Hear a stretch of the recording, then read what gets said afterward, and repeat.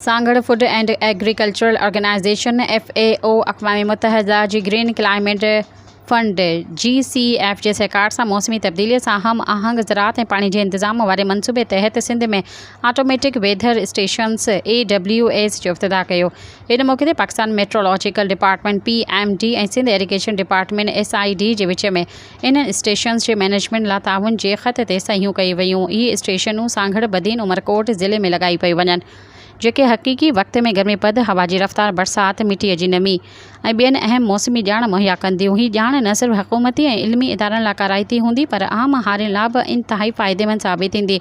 Doctor जोलिस मोचीमी FAO Sindh जे सरबराह चयो आहे त इहे स्टेशनूं हारियुनि खे बर वक़्ति फ़ैसिलनि लाइ मदद ॾींदियूं, जीअं त पाणी जी बचति, फसल जी रिथाबंदी ऐं आफ़तुनि खां अॻु ख़बरदारी हासिल करे सघनि।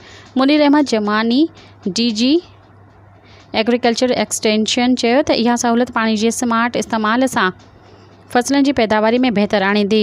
एमेलिडा ब्रेचेनिया FAO जे टेक्निकल एडवाइज़र ACWA पोर्टल मुतारिफ़ कराईंदे चयो आहे त हीउ पोर्टल हुकूमती फ़ैसिला साज़नि लाइ इंतिहाई अहम डेटा फ़राहम कंदो।